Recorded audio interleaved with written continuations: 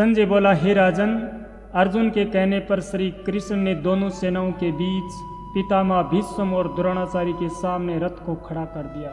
अर्जुन ने जब पितामह भीष्म, गुरु द्रोणाचार्य एवं अपने भाई और कुल के लोगों को देखा तो अर्जुन की आंखें करुणा से भर आई। शोक करते हुए कृष्ण भगवान से बोले, दृष्टि में एवं सब जन्म कृष्ण युयुत्सु समुपस्थित में सिदंती मम गात्राणि मुखम च परिशुष्यति वेव तुच्चे शरीरे में रोम रोम हर्षे च जायते। हे वासुदेव, युद्ध में खड़े हुए मेरे स्वजन समुदाय को देखकर मेरे अंग अंग स्थिर होते जा रहे हैं। मेरा मुख सूखा जा रहा है, मेरे शरीर के रोम रोम में कंपन उठता जा रहा है। इतना ही नहीं केशव, मेरे हाथ से गांडी गिरता जा रहा है, लग रहा है कि त्वचा जल रही है। मेरा मन भ्रमित होता जा रहा है प्रभु, इसलिए मैं खड़ा रहने में भी समर्थ नहीं हूँ। निमितानि च पश्यामि विपरीतानि केशव न च शर्योनु पश्यामि हत्वा स्वजने मावे। हे केशव, इस युद्ध का लक्षण भी विपरीत ही देखता हूँ। युद्ध में अपने कुल को मारकर मैं कल्याण नहीं चाहता, सारे कुल को मारकर मुझे राज्य नहीं चाहिए प्रभु। मैं मानता हूँ कि धृतराष्ट्र के पुत्र अन्यायी हैं, फिर भी हैं तो मेरे भाई। अपने ही परिवार के लाशों पर मैं राज्य स्थापित नहीं करना चाहता। हे माधव, आप तो जानते हैं कि कुल के नाश होने से सनातन कुल धर्म नष्ट हो जाता है। धर्म के नाश हो जाने पर पाप बढ़ जाता है, पाप के बढ़ जाने से कुल की स्त्रियां दूषित हो जाती है। स्त्रियों के दूषित हो जाने पर वर्ण संकर उत्पन्न होता है। वर्ण संकर बीज कुल घातक होता है प्रभु।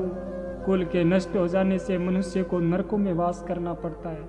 अर्जुन को ये भ्रम हो गया कि ये मेरा कुल है, ये मेरा परिवार है, ये मेरा समुदाय है। जिस पितामह भीष्म ने मुझे पाला पोसा, उस पितामह भीष्म के ऊपर मैं कैसे वार करूं? जिस गुरु द्रोणाचार्य ने अपना एक एक करके सारा गुण ज्ञान मुझे बताया, अपने पुत्र से भी ज़्यादा मुझे अस्त्र शस्त्र सिखाए, उस गुरुवर पर मैं कैसे प्रहार करूं? अर्जुन शोक से चिंतित हो जाता है और भगवान की शरण में आता है। हे प्रभु, आप ही मेरे गुरु हैं, आप ही मेरे भगवान हैं। मैं आपकी शरण में आता है प्रभु, मुझे ज्ञान दीजिए कि क्या सही है क्या गलत है। संजय ने कहा, हे राजन, एव मुक्त्वा अर्जुने शंके रथोपस्थे उपाविस्ते विसृजे संसरम चापम शोक समविग्मान से है।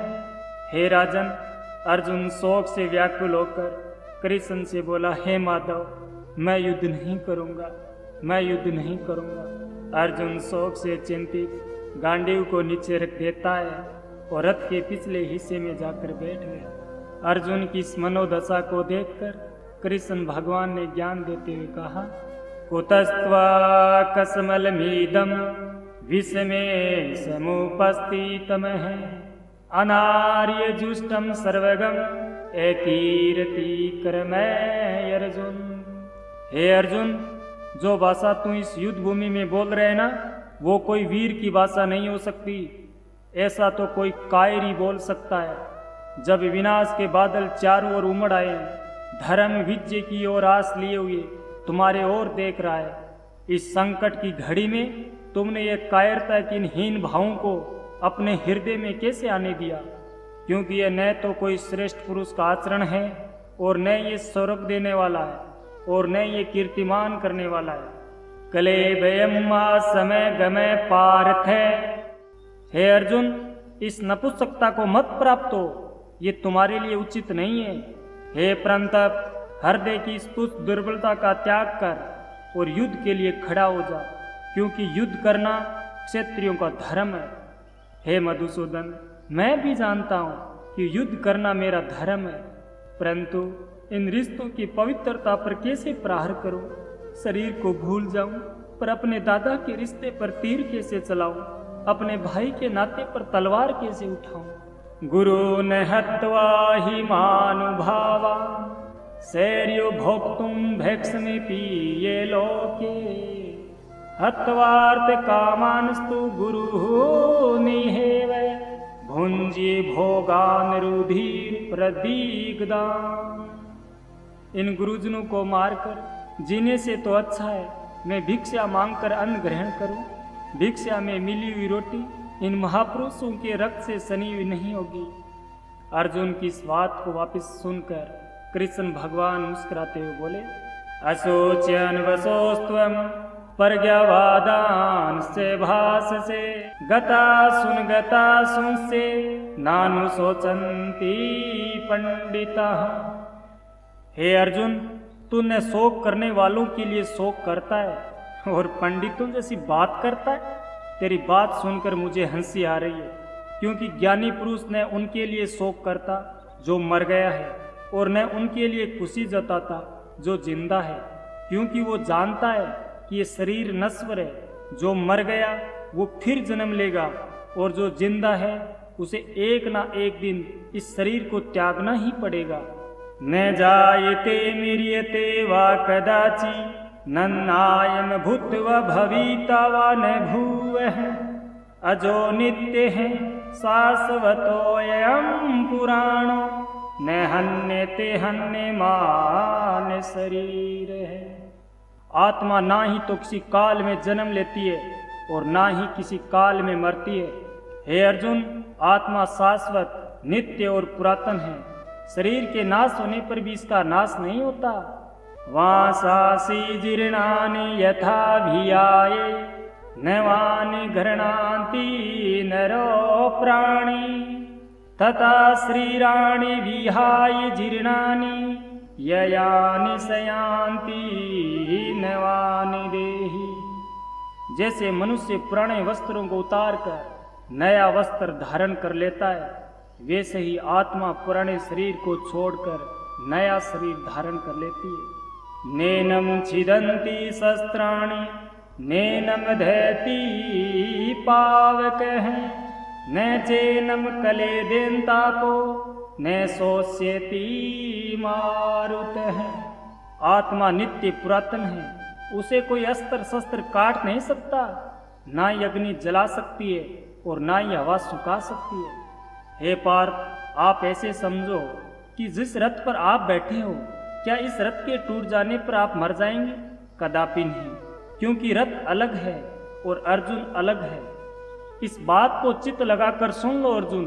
कर्मण्येवाधिकारस्ते मा फलेषु कदाचन मा कर्म फल हेतुर्भु मा ते संगोस्त्वे कर्मणि। कर्म करने में तेरा अधिकार है, तू सिर्फ कर्म कर सकता है, फल प्राप्त करना तेरे बस में नहीं है, क्योंकि फल देने वाला प्रारब्ध के हाथ में है। अर्जुन ने कहा कि कर्म करो और फल की इच्छा ना करो। हे वासुदेव, जब कोई मनुष्य कर्म करेगा तो कोई ना कोई कामना से ही तो करेगा ना। अगर कामना यानी फल की इच्छा नहीं करेगा तो फिर मनुष्य कर्म क्यों करेगा? भगवान मुस्कुराए और कहा अपने धर्म के लिए। अर्जुन ने कहा, हे वासुदेव, धर्म क्या है ये मनुष्य कैसे जान पाएगा? जिस पिता मैंने मुझे पाला पोसा, क्या उस पर वार करना धर्म है? हे अर्जुन, तुम शिष्य बनकर मेरी शरण में आए हो।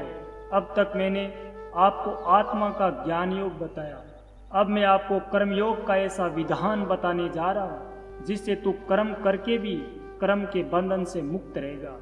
सुख दुखे समे कृत्वा लाभालाभो जया जयो ततो युधा युजस्व नैवं पापम अवाप्स्यसि। हे अर्जुन, सुख दुख लाभ हानि जय पराजय इन सब को एक समान समझकर युद्ध कर, क्योंकि युद्ध करना तेरा धर्म है। इस मानसिक दृष्टि से अपना धर्म समझकर युद्ध करोगे तो आपको उसका पाप नहीं लगेगा। अर्जुन ने कहा कि हे माधव, आप कहते हैं युद्ध करो पाप नहीं लगेगा। आप तो जानते हैं युद्ध में हजारों प्राणियों की हत्या होगी, किसी की हत्या करना तो हिंसा है ना, और आप कह रहे पाप नहीं लगेगा। हे अर्जुन, कोई भी कार्य यदि निष्काम भाव से किया जाए तो उसका पाप नहीं लगता, क्योंकि निष्काम कर्मयोग ही सर्वश्रेष्ठ धर्म है। पर्जयाति यदा कामानस आवार्न पार्थे मनोगतान आत्मन्येवात्मना तुष्ट अस्तित्व प्रज्ञेयस्तो दोचेते। हे पार्थ, अस्तित्व प्रज्ञ महापुरुष सुख दुख लाभ हानि प्रत्येक अवस्था में आत्मिक शांति को प्राप्त कर लेता है। परम आनंद में लीन होने से ऐसे मनुष्य को दुख और सुख कभी विचलित नहीं कर पाते। या निशा सर्वे भूतानां तस्या जागरति सयेमि यस्याम जागरति भूतानि सा निशा पश्येतो मुनिः। संपूर्ण प्राणी रात में सोते हैं, पर योगी पुरुष रात में जागता है। जिस समय जगत के लोग भोग में लिप्त रहते हैं, उस समय मुनि परमात्मा का चिंतन करता है। विहाय कामान सर्वान पुमः अंश चरती निष्प्रिय है निर्ममो निरंकार है स शांति मदे गच्छति।